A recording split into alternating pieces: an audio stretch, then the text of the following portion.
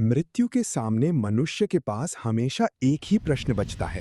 जब शरीर की अंतिम सांस रुक जाती है, तब वास्तव में समाप्त क्या होता है? शरीर, स्मृति, चेतना, या वो सब कुछ जिसे मनुष्य हजारों वर्षों से अपने भीतर खोजता आया है? लगभग 3000 वर्ष पहले एक बालक ने इसी प्रश्न का उत्तर सीधे मृत्यु के अधिपति से मांग लिया था, जिसका नाम था नचिकेता।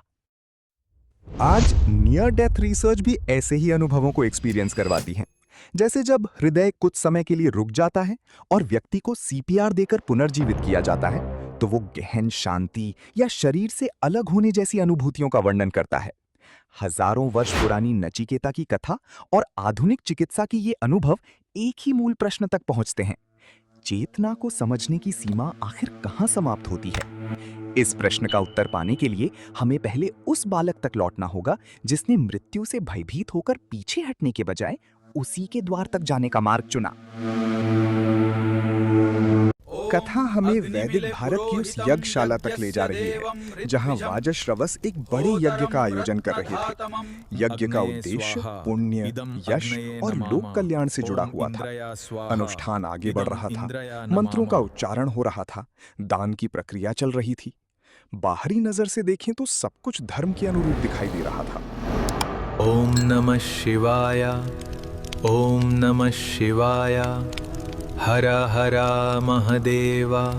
नचिकेता की दृष्टि बार बार दान में दी जा रही गौओं पर ठहर रही थी, क्योंकि वे वृद्ध थीं, दुर्बल थीं और जीवन के अंतिम चरण में पहुंच चुकी थीं। यहीं उस बालक के भीतर वो प्रश्न जन्म लेता है जो पूरी कथा की दिशा तय करता है। यदि दान का अर्थ वास्तविक त्याग है, तो ऐसा दान जो अभी दिया जा रहा था, वो किस अर्थ में पूर्ण माना जाए? नचिकेता के लिए धर्म वो सत्य था जो किसी भी कर्म के पीछे खड़ा होता है। इसीलिए उसकी जिज्ञासा केवल अपने पिता के निर्णय तक सीमित नहीं रही। वो उस अंतर को देख रहा था जो बाहरी आचरण और भीतर की निष्ठा के बीच पैदा हो सकता है। वाजश्रवस अपना संकल्प पूरा करने में व्यस्त थे और नचिकेता के प्रश्न बार बार लौट रहे थे। वो सोच रहा था कि यदि सब कुछ दान में दिया जा रहा है, तो कहीं ना कहीं उसका भी दान होना चाहिए, क्योंकि वो भी सब कुछ में आता है। ये प्रश्न केवल एक बालक की जिज्ञासा से बढ़कर उस मन की बेचैनी था जो सत्य को आधा स्वीकार करके आगे बढ़ने के लिए तैयार नहीं था। यदि सब कुछ दान किया जा रहा है, तो मेरा दान कहाँ है? ओम अग्नाये स्वाहा, ओम अग्नाये स्वाहा, ओम शांति शांति ही शांति ही। ये प्रश्न नचिकेता बार बार अपने पिता से पूछ रहा था, क्योंकि वो संतुष्ट नहीं हो पा रहा था। उसकी जिज्ञासा चरम पर थी। इस माहौल की वजह से वहां वातावरण का संतुलन बदलने लगा, क्योंकि उसके पिता का क्रोध देखते ही बन रहा था। उपनिषदों में वर्णित है कि क्षणिक क्रोध में वाजश्रवस के मुख से वो वाक्य निकल गया जिसने आगे की पूरी यात्रा का आधार बना दिया, और वो वाक्य था, जा, मैं तुझे यम को दान करता हूं। ओम भूर्भुवः स्वः तत्सवितुर्वरेण्यं भर्गो देवस्य सामान्य मनुष्य धीमहि। जैसे कि हम जैसे लोग ऐसे शब्दों को आमूमन क्रोध का परिणाम मानकर शायद वहीं छोड़ देते, लेकिन नचिकेता का स्वभाव अलग था। उसके लिए वचन का अर्थ अटल सत्य था, जैसे कमान से निकला हुआ तीर। और यहीं उसके मन में अगला प्रश्न उठ चुका था। यदि पिता के मुख से वचन निकल चुका है, तो अब उसे बिना किसी शर्त के पूरा होना ही होगा।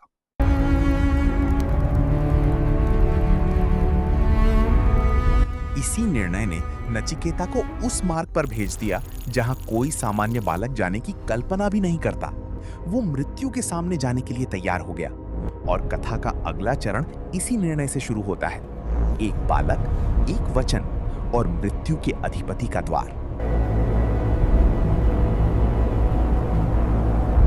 उपनिषदों के अनुसार जैसे ही नचिकेता यम के लोक तक पहुंचे, उन्होंने पाया यमलोक के राजा यानी यमराज वहां उपस्थित नहीं है। उसके सामने अब कोई और ऑप्शन था ही नहीं। केवल मात्र जो मार्ग वहां उपस्थित था वो प्रतीक्षा थी। एक दिन बीता, फिर दूसरा, तीसरा दिन भी समाप्त होने लगा। नचिकेता अपने संकल्प से पीछे नहीं हटा। 3 दिनों की ये प्रतीक्षा कथा का छोटा सा प्रसंग लग सकता है, पर इसका अर्थ बहुत बड़ा और ज्ञानमयी है। नचिकेता जिस ज्ञान की तलाश में आया था, उसकी पहली परीक्षा किसी कठिन मंत्र या रहस्यमयी अनुष्ठान से शुरू नहीं हुई। इसके विपरीत परीक्षा उसके धैर्य की हुई थी। जब यमराज वहां लौटे तो उनके सामने एक नन्हा अतिथि भूखा प्यासा खड़ा था, जिसने उनके द्वार पर 3 दिन तक कठिन प्रतीक्षा की थी।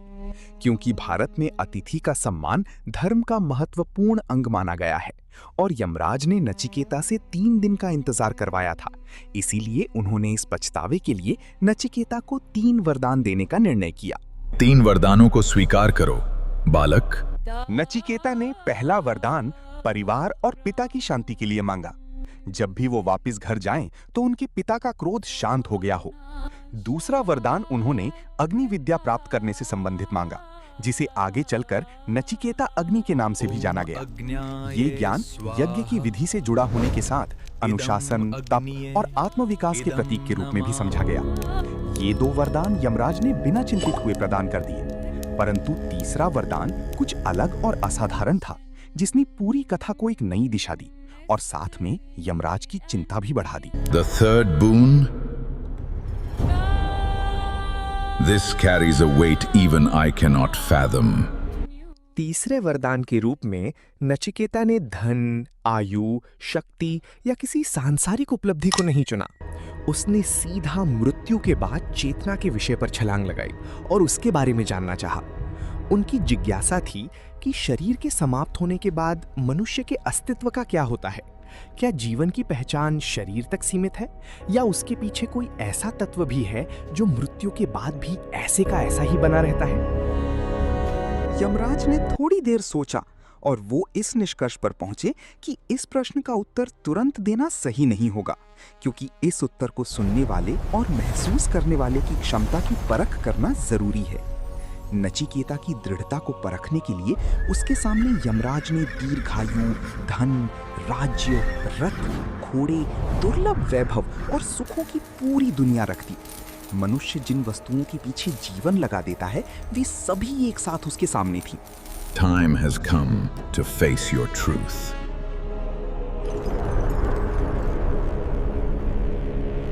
यही नचिकेता ने बहुत ही सोच समझकर निर्णय लिया।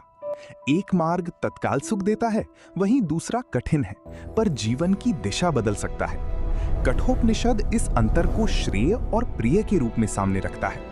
नचिकेता ने उस विकल्प को चुना जो क्षणिक आकर्षण से कहीं आगे था। धन समाप्त हो सकता है, यश बदल सकता है, सत्ता छिन सकती है, शरीर वृद्ध हो जाता है, दीर्घायु भी अंततः समय के सामने सीमित रह जाती है। नचिकेता इन सबके आगे की सोच रहा था। उसे ऐसा उत्तर चाहिए था जो जीवन की पूरी समझ को बदल सके।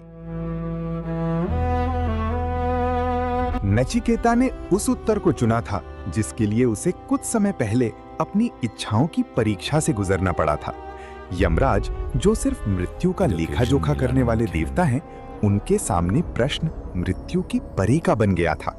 नचिकेता पूछ रहा था कि मनुष्य अपने अनुभवों, इच्छाओं और शरीर से परे स्वयं को किस रूप में समझ सकता है। क्या आत्मा अनुभव, इच्छाओं और शरीर से परे है? क्या उसकी कोई पहचान है? नचिकेता, आत्मा का रहस्य सुनो। ये न जन्म लेती है न मरती है, यही परम सत्य है। यमराज की शिक्षा आरंभ होती है और धीरे धीरे और गहरी होती जाती है। वो नचिकेता से कहते हैं कि मनुष्य सामान्यतः स्वयं को शरीर, इंद्रियों और मन के साथ जोड़कर देखता रहता है, परंतु उसका शरीर बदलता है, इंद्रियों के अनुभव बदलते हैं, मन की इच्छाएं बदलती हैं, विचार भी बदलते हैं। नचिकेता उत्सुकता में तुरंत यमराज से प्रश्न करते हैं, फिर वो तत्व कौन है जो इन परिवर्तनों को अनुभव करता है? यमराज आत्मा को जन्म और मृत्यु से परे, परिवर्तन से परे और अविनाशी तत्व के रूप में वर्णित करते हैं। और यही उस प्रश्न, फिर वो तत्व कौन है जो इन परिवर्तनों को अनुभव करता है, का उत्तर था। ये दर्शन का केंद्रीय विचार भी है। नचिकेता जिस उत्तर की खोज में मृत्यु के द्वार तक पहुंचा था, उसकी दिशा अब स्पष्ट हो गई थी।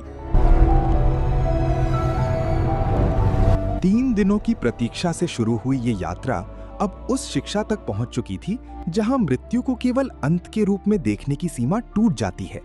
यमराज के आत्मज्ञान के रहस्य खोलने के बाद नचिकेता ये जान चुके थे कि आत्मा अविनाशी है। नचिकेता ने पहले ही बाहरी आकर्षणों को पार कर लिया था। अब उसे अपने भीतर के उस तंत्र को समझना था जो शरीर, इंद्रियों, मन और बुद्धि को दिशा देता है। अगर हम खोजी बन जाएं और आधुनिक नियर डेथ रिसर्च की बात करें, तो जब दिल की धड़कन रुक जाती है, शरीर क्लिनिकल डेथ की स्थिति में चला जाता है और फिर अचानक सीपीआर की मदद लेकर एकदम से जीवित हो जाता है, तो उस पल को कुछ लोग अनडाइंग शांति, शरीर से अलग होकर ऊपर से सब कुछ देखने जैसी अनुभूति की तरह एक्सप्लेन करते हैं। आधुनिक नियर डेथ रिसर्च ने इन अनुभवों को अपने अभिलेखों में दर्ज कर लिया है। कार्डियक अरेस्ट के बाद पुनर्जीवित हुए हजारों लोगों के वर्णन लगभग एक जैसे हैं।